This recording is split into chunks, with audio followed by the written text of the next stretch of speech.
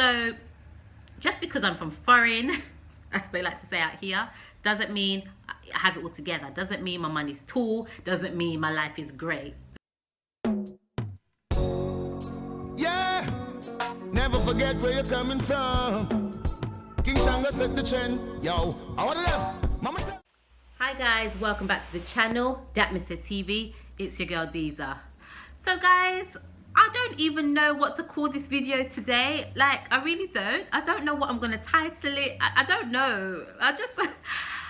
But one thing I will say, okay, if you're watching this video, it means that Outlaw has approved it. He's approved it for me to put it up, okay?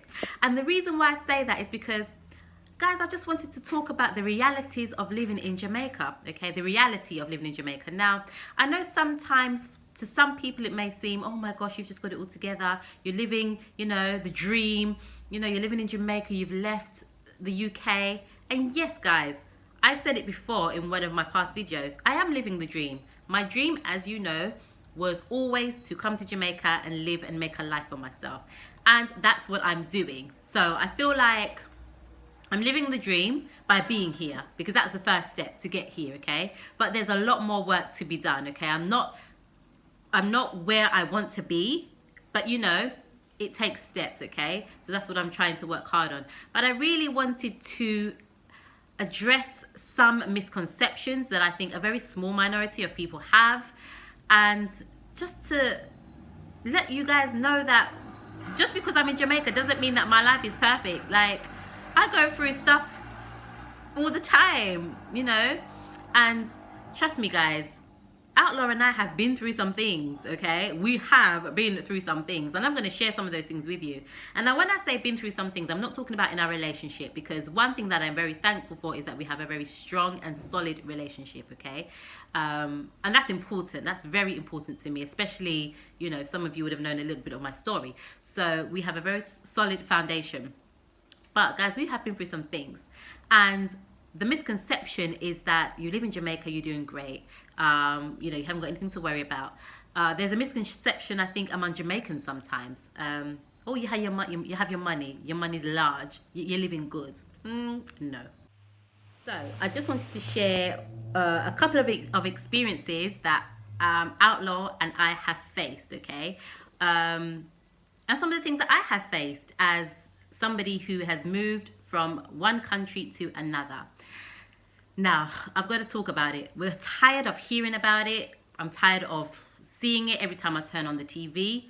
But COVID-19, coronavirus, whatever you want to call it, that's something there called COVID. Kind of nearly come to mash up my life. Like Amari and Nico mash up her life, if you understand the reference. It nearly come to mash up my life. So, let me give you a little bit of a backstory, guys. I guess it's a bit like a story time, if you want to call it that. Let's call this a story time. So, pre-COVID, everything was going great. You know, I was working, I was doing my online jobs. Outlaw was working, he was working 2 jobs at the time. And everything was nice, you know. We were comfortable, everything was good. Then, in March 2020, here comes COVID, rearing its ugly head. Okay, so COVID came to Jamaica, was discovered in Jamaica in March. And in early March, when Jamaica had its first 5 cases of COVID, it was lockdown. Yeah, it was lockdown. Schools were shut, everything was closing down, the borders were closing. And on that day, Outlaw instantly lost one of his jobs. Okay, because of the COVID. So, like I said, he worked 2 jobs, so he lost that job instantly. Guys, about a week later, he lost the 2nd job as a direct impact of COVID, okay? So, he was down, no work. I was still going with my online teaching. So this was in March 2020. A month later, in April 2020, can you believe that I was directly impacted by COVID? I lost my job. I lost my online teaching job as a direct impact of COVID, okay? The company were no longer getting bookings from parents or from students bookings had gone down dramatically with the company that I was working for at that time, and they just couldn't keep their teachers. They couldn't keep their teachers on the books. So here we are. March, Outlaw's lost his 2 jobs. April, I've lost mine. Okay, so we kind of just ended up sitting at home, just looking in each other's face like, okay, what do we do now? What do we do now? When that happened, of course, the first thing we did was try to gain employment, try to get new jobs. Okay, so I was online scouring every day, all day, looking for new online jobs. Okay, of course, Outlaw was doing the same. He was calling people, trying to make connections, but the story was the same everywhere he turned. People are not hiring. You know, companies were letting people go by the hundreds and thousands because of COVID and the impact. So he wasn't having any luck in trying to find employment. I was not having any luck in trying to find employment either. And also, I think a direct impact of online teaching comes at that time was skin color. Okay, now before this, I had no problem getting an online job. You know, I did my interview, I knew what I was talking about, I did well, I got the job. When I lost my job in April with one of the online companies and I was applying for other jobs, I just wasn't getting through. I wasn't getting through, and I was thinking, why am I applying for these jobs and I'm not, you know, I'm not successful. I'm doing the interview, I know I'm doing a good job, but I'm just not getting the yes that I need.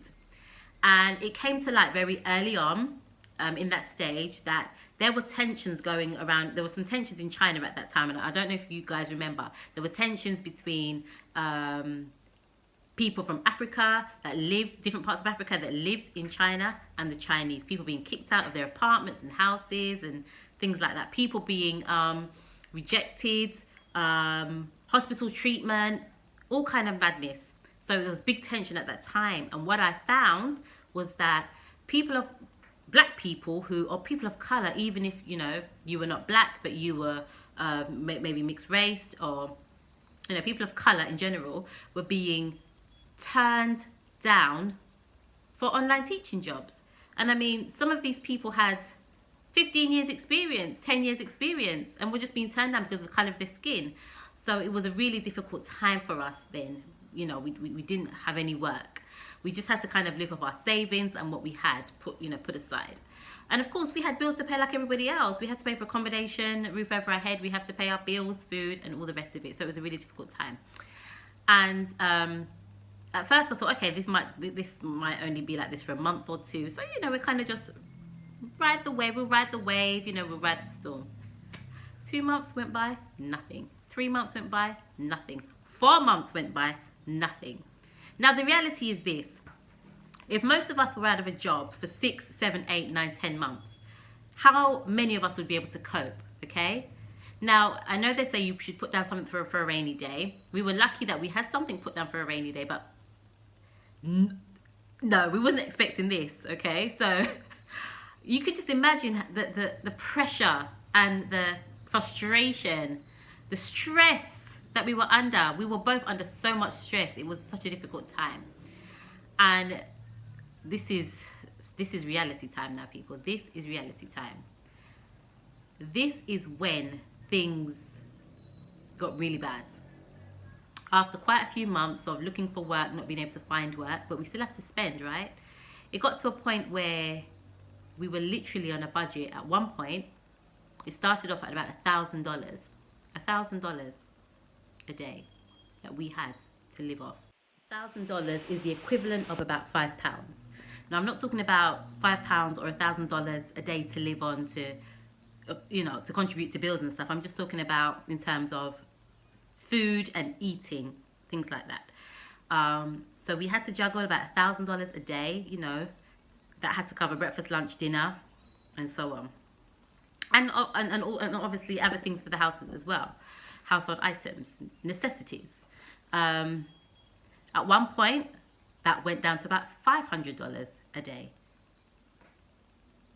At one point, that went down to about $300 a day, guys. This is serious stuff. About $300 a day at our lowest that we had to live off. Remember, none of us are working. It's been months that we've been out of work. We still have to pay cost of living, bills, and we still have to eat. And at that time, it was just the two of us. And God knows how we got through it, because it wasn't normal. It wasn't normal, let me tell you. We got to a point where we ate callaloo 5 days out of the week. 5 days out of the 7 days of the week, we ate callaloo. The reason being is this. Callaloo is really cheap to buy. And a bundle of callaloo was about $100. We could buy a bundle of callaloo for about $100. And because it was just the two of us, that bundle of callaloo would serve us 3 times. We could get 3 meals out of that bundle of callaloo. So we would buy callaloo, we would buy banana, we would buy like a dozen bananas, green banana for maybe $150. And we would buy flour, because flour is cheap. So we'd buy flour. So our daily diet really consisted of banana and boiled dumpling and callaloo, okay? We didn't buy yam, because during that period of time, yam was expensive. I think it was like coming up towards in the summertime. So the cost of yam at that time was about $400 a pound. It's a lot less now, but at that time, when there was drought, it was a lot higher. So we couldn't afford that. That was a luxury. Yam was a luxury. We went months without eating yam. So that was our diet, guys. Banana, boiled dumpling, and callaloo. And like I said, we ate that 5 days out of the week. The other 2 days, we would buy a little tin mackerel and maybe a pound of rice and make that stretch, and that's what we had. We didn't buy things like tea, coffee, anything like that. We couldn't afford it. So what we used to do, we used to pick tea leaves from our, from our garden and from our community.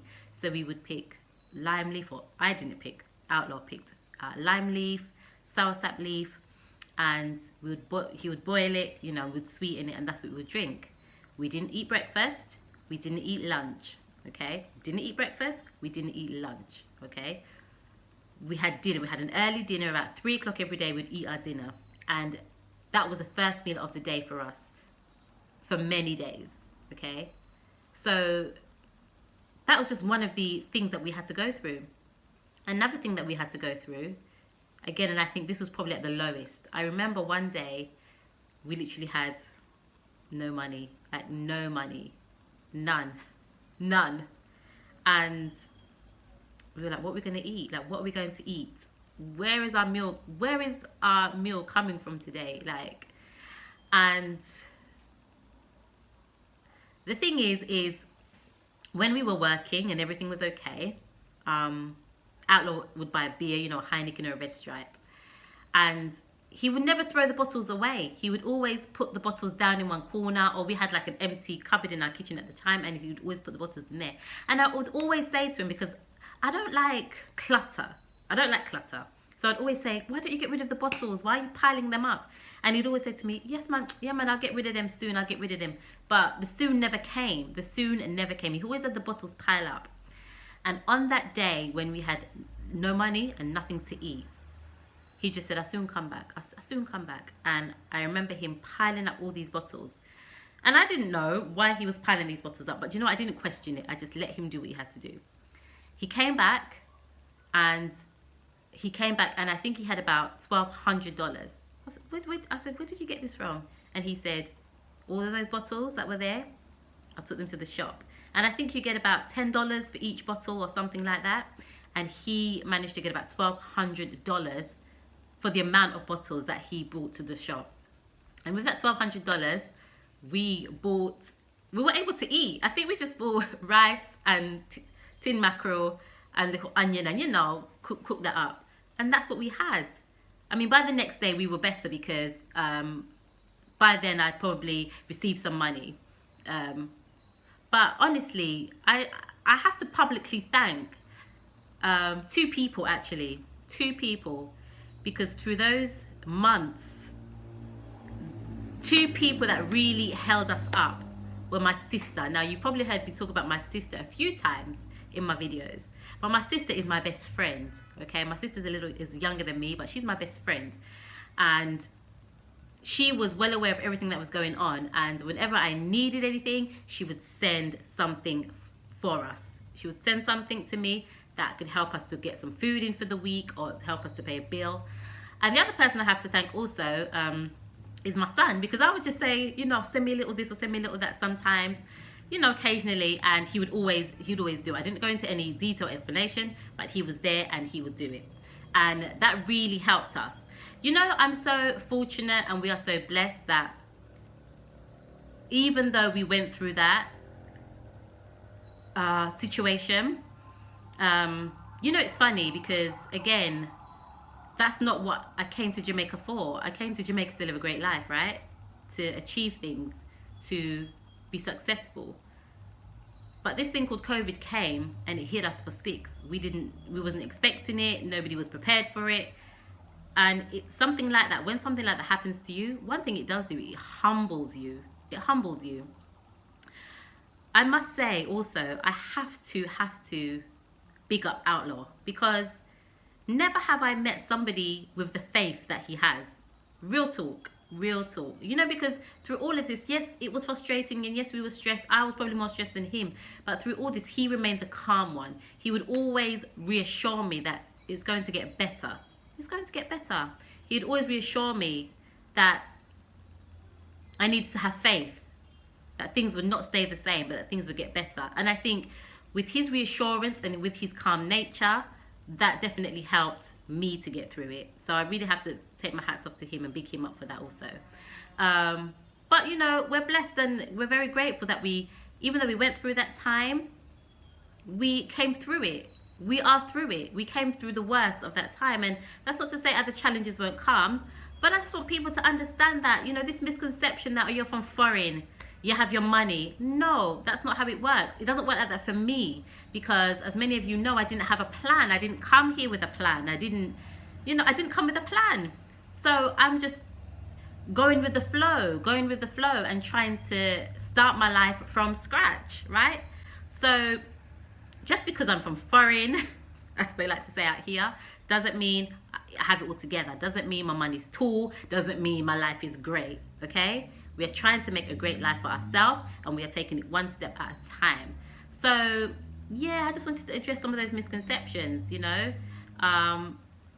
Things are great here, but at times we go through things that are not so great. But that's just life, and, you know, it can happen here. It can happen whether I was in the UK. And so I just want you guys to know that, just to be transparent, that I face issues here too. You know, I face issues here too. Coming to Jamaica doesn't mean that all my issues and my problems are just going to vanish away, or that I don't face any issues here because I'm a foreigner in Jamaica. No, on the contrary. But yeah, you know, things happen too. But like I say, we're very blessed and fortunate, and I give thanks that I've been able to come through that.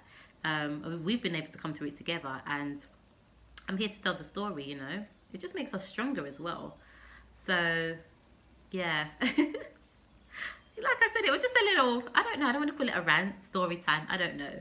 But guys, that's what it is. I hope you've enjoyed this video. Please like, share, comment, and subscribe. Let me say. This one has got to be now. Hey, Mr. Cruz. If it's money, we don't talk about it, cause we don't brag about it. House on the hill, that's how we go about it.